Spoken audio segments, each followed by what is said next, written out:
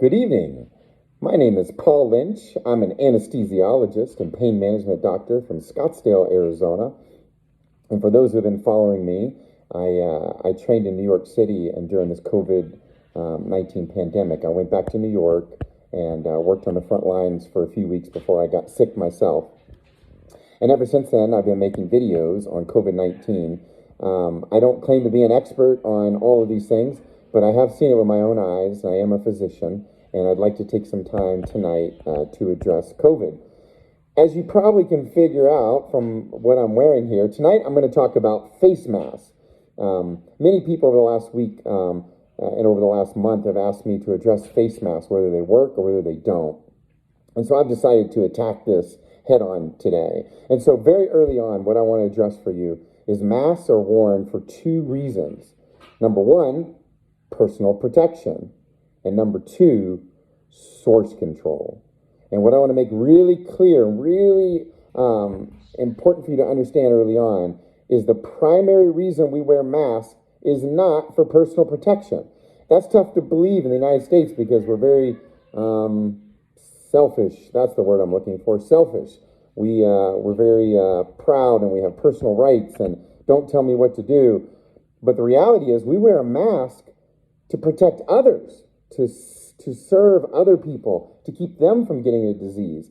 What's really crazy about COVID is sometimes you have it and you don't even know. The data shows that you can be contagious for 5 to 7 days before you show any symptoms. And so public health officials around the world are trying to get people's attention to wear any kind of mask, cloth mask, paper mask, vacuum cleaner filter.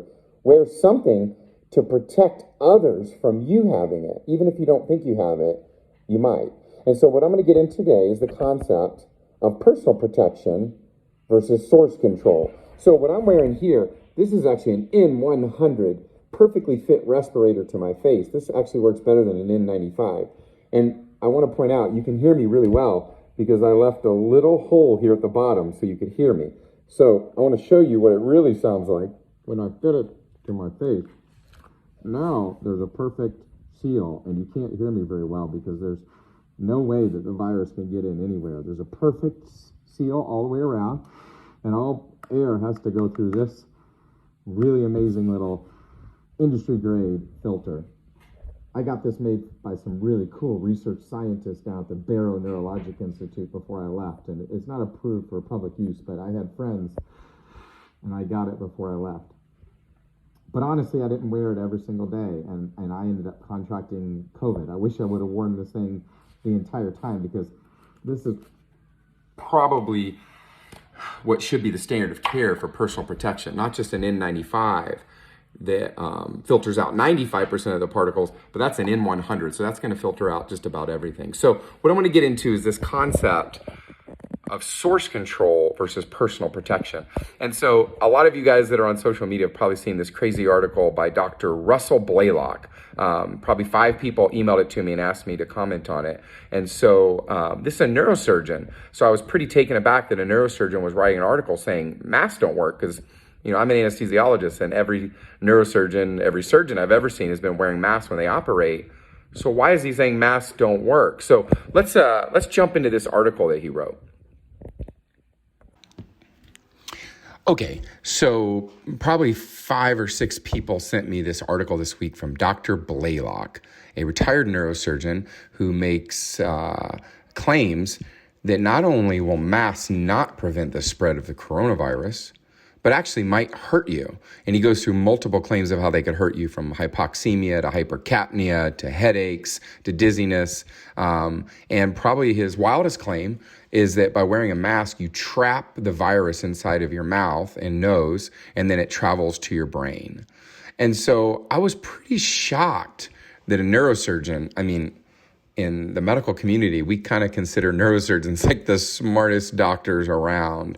And I was pretty shocked that a neurosurgeon would make these claims. They basically say that no one should be forcing you to wear a mask because there's no data showing that masks work. And then in fact, they probably hurt you. So I was pretty shocked that this type of misinformation would be coming from a neurosurgeon. And so I did some research online to try to find out a little bit more about this Dr. Blaylock.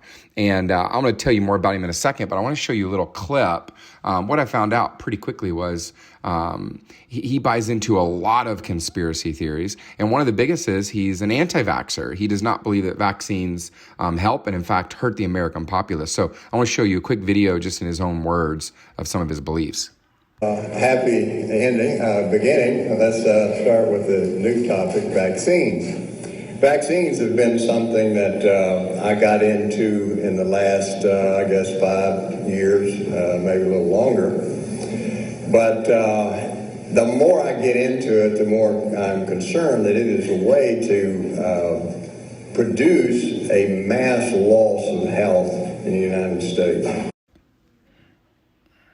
So as you heard Dr. Blaylock say with his own words there, he believes that vaccines will cause a mass loss of health in the United States. He's also been quoted as saying that Obamacare was set up by extra governmental forces in order to euthanize our elderly.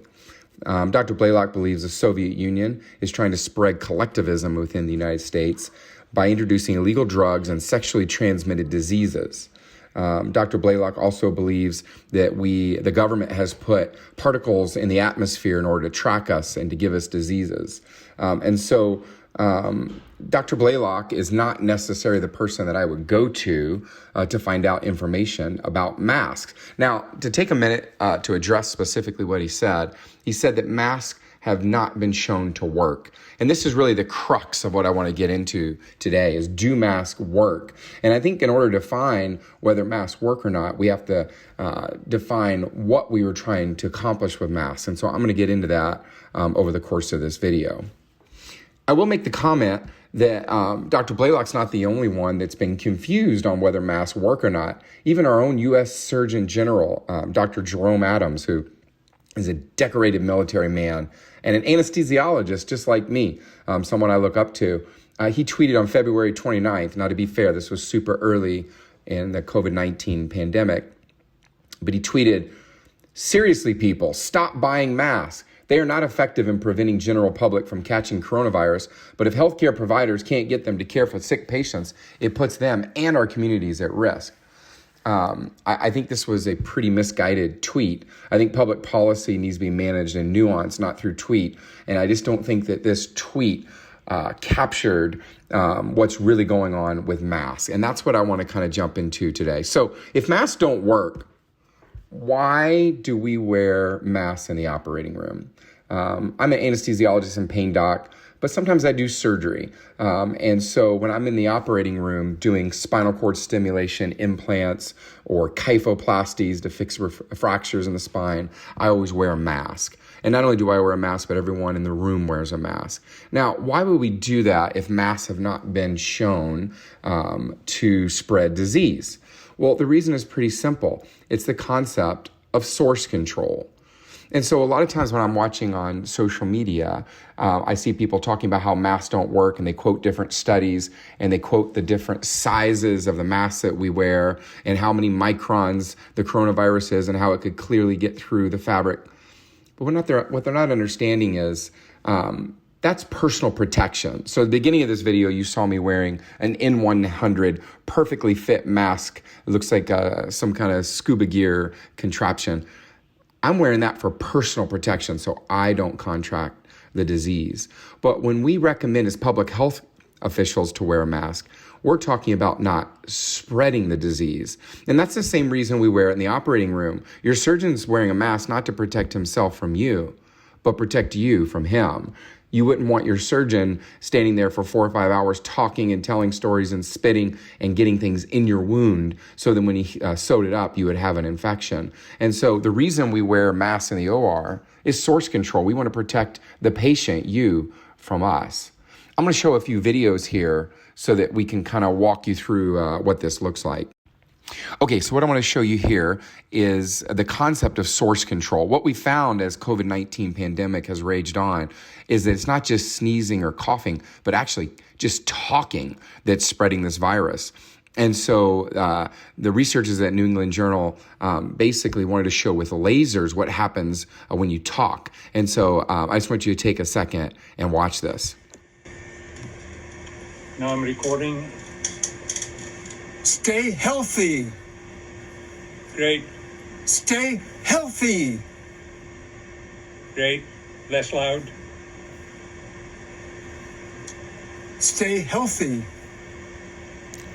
Good. Now, watch what happens when he does the same experiment, but with a face mask on. Are you recording? Yeah. Stay healthy. Louder, Stay healthy. louder. Stay healthy. Nothing. Now, I want to show you from JAMA.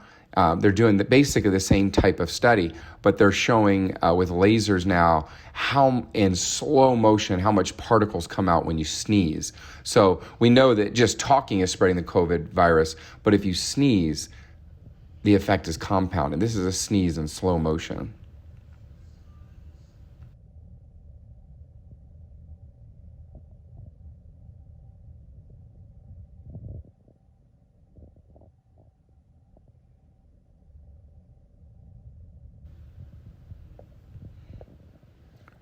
Pretty incredible, right?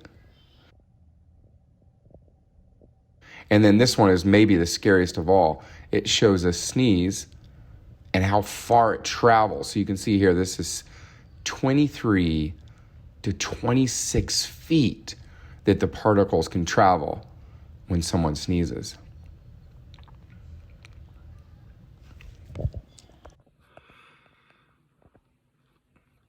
So what we're starting to understand is there's two different functions of a mask. There's personal protection, and then there's source control. So this is an N95 mask. If you look, this is also perfectly fit to my face. And if I breathe, it's perfectly sealed at the sides, and so no air can kind of get in and out. To make sure that this one fit me, I went through a special process called fit testing, where a special computer program looked and made sure that there was no leaks. And so when we're wearing this as healthcare providers, we're trying to protect ourselves on the front line from getting the disease.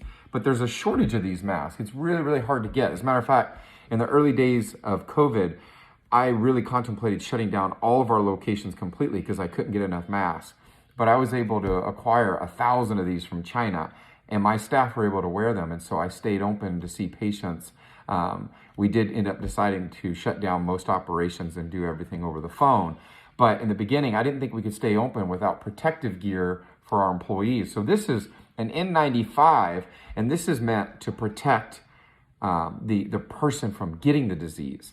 But when we talk about source control, what we're talking about with source control is just keeping the respiratory droplets inside. So I was looking for my surgical mask here. So this is just a normal surgical mask. And as you can see, there's holes in the side.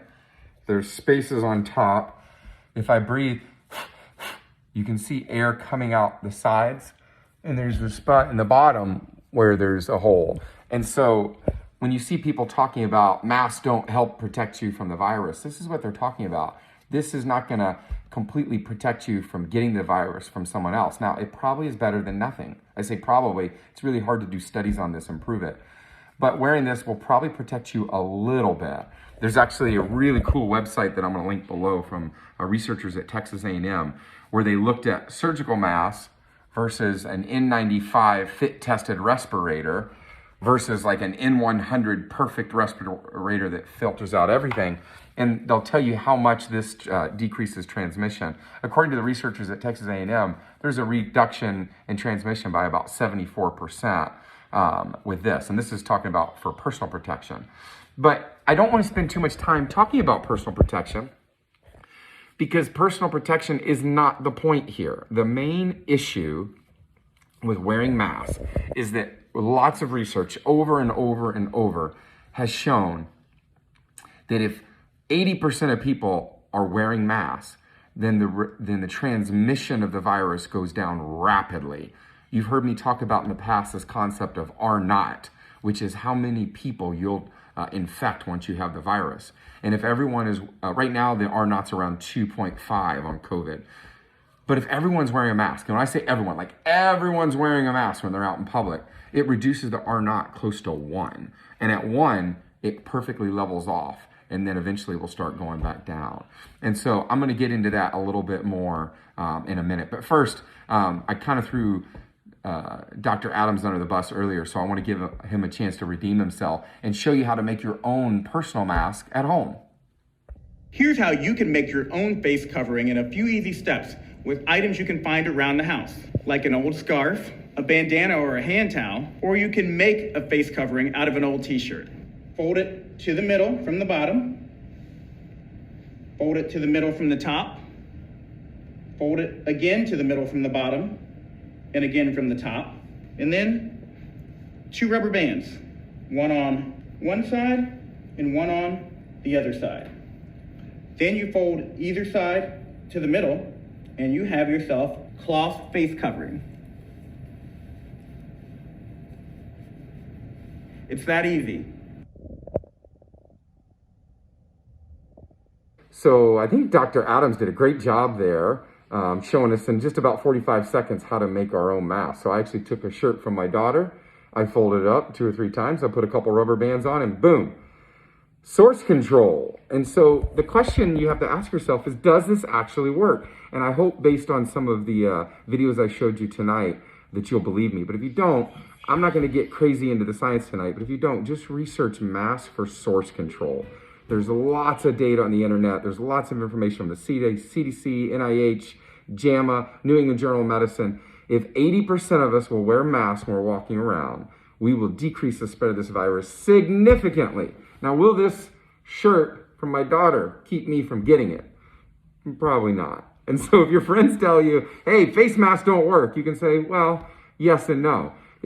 Something like this may not keep you from getting it, but if we all wear it, we're going to keep everyone else from getting it. And that, in fact, is going to end up protecting us. And so the key on face masks is the concept of personal protection versus source control. And even though this might not be great for personal protection, it's really good for source control.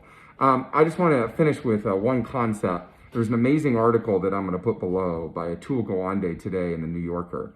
And Atul is also a surgeon, but he's a surgeon that I really look up to and respect. I've read many of his books over the years, and he's a public health educator, really passionate about helping people. He said there's 4 tenets that we need to do if we're going to reopen. Number 1 is we have to social distance. And I hope you saw from the video, 6 feet might not be enough. It could be as much as 23 feet that we need, or 27 feet in order to truly not be exposed if someone sneezes. But it's social distancing, number 1. It's hand hygiene, number 2. So constantly washing your hands before you touch anything. It's screening, so at places of work or Costco or the airport, is taking temperatures and looking for symptoms. You could also think about testing, PCR testing as a form of screening. And finally, masks. We need to wear them for source control, not for personal protection. And so Dr. Gawande just told a kind of heartbreaking story about his own mother, who's 83 years old and lives in an assisted living facility in Massachusetts, and how they chose to do 3 of the 4 techniques. So they did social distancing, they did hand hygiene, they did screening. They were really serious about checking temperatures every day, but they chose, you know what, we don't really need the mask step. There's not a lot of good data on masks. And very early on, they had an outbreak at the facility and 4 people died. And so then they changed their policy that they would also employ the 4th step, which is masks. And so he kind of tells this story as a reason all of us should pay attention and wear masks. The coronavirus isn't going anywhere, people. We're going to be dealing with this for probably the next 12 to 18 months, maybe longer. And I think we're going to have to, as a culture, as a society, realize that wearing masks is part of the equation to getting back to health. Thank you guys so much for tuning in tonight. I appreciate all the kind words and all the messages you've sent me. And I'll do another video next week. And please feel free to comment if you have requests or things you'd like me to address. God bless you guys. Stay safe and wear your masks.